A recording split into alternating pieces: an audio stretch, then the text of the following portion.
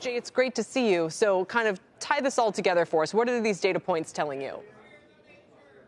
Well, it's telling me that right now the economy is doing very, very well, particularly the service sector part of the economy. And we've known that for some time now. The services continue to do very well, and I would expect that that's going to continue. I guess the question as you go into next year is in terms of tariffs. Now, you don't put tariffs on services because we don't import that many services, but if there's a lot of tariffs that goes on goods, that could take a real hit to confidence next year. Right. So maybe the way to say it differently, Jay, is that if you look at the data, it all tells us things are great right now. But what do you think is going to happen? Do you think things are going to start to roll over into next year? How long is it going to take to actually figure out what's going to happen under the new administration?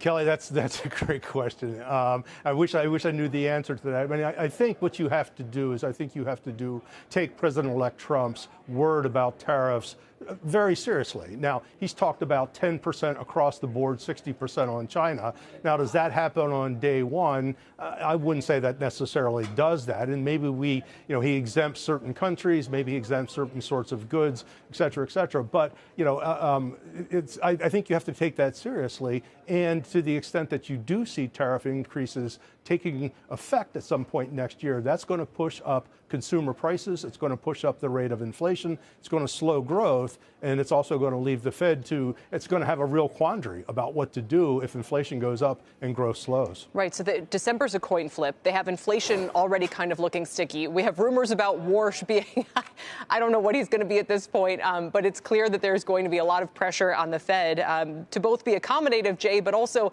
I don't think anyone wants inflation to break out. So what do you foresee them actually doing over the next couple of meetings? So, right now, I would say, knowing what I know right now, I would say I think they probably cut in December. Steve was just saying it's a coin flip. I think that's kind of true. But then I think that you really start to slow down the pace of easing at that point. You're kind of getting closer to neutral. People don't really know where neutral is. They're feeling their way there. And let's face it, if the momentum that we have right now carries over into next year, it's going to make it a little bit more difficult for inflation to continue to come down. And I think at that point, the Fed really wants to start to slow down the pace of easing. Steve, do you think they'd ever keep a rate cut in the bag so that they can do it in January or February to kind of allay some political pressure instead of shooting that arrow in December?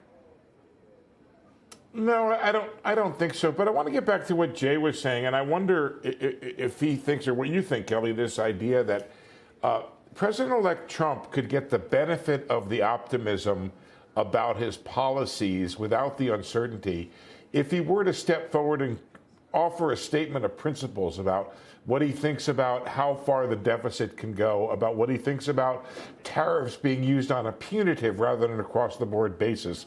And I think that push-me-pull-you that we talked about, Kelly, between the uncertainty over here and the confidence in good policies over there, they could cross each other off, and he may not get that benefit unless he steps forward with some kind of statement of principle. Now, maybe he's involved right now, obviously, in putting his cabinet together and not so clear on the policy.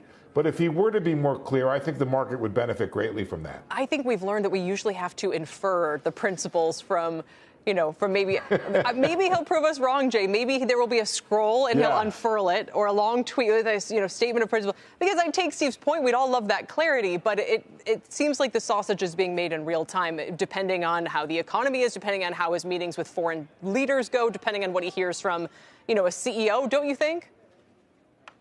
Yeah, I certainly think that I agree with Steve. I think, a statement of principles would be very, very helpful here. But clearly, the president-elect has a lot on his plate right now. He's got to figure out who his Treasury Secretary is going to be, and that will be instrumental in terms of any sort of tariff policy, still putting together his economic team. And so I don't think we're going to get that statement of principles for quite some time. If we get it at all. If we get it at all, indeed. Gentlemen, thank you very much. Appreciate your time. Jay Bryson with Wells Fargo and, of course, our own Steve Leisman.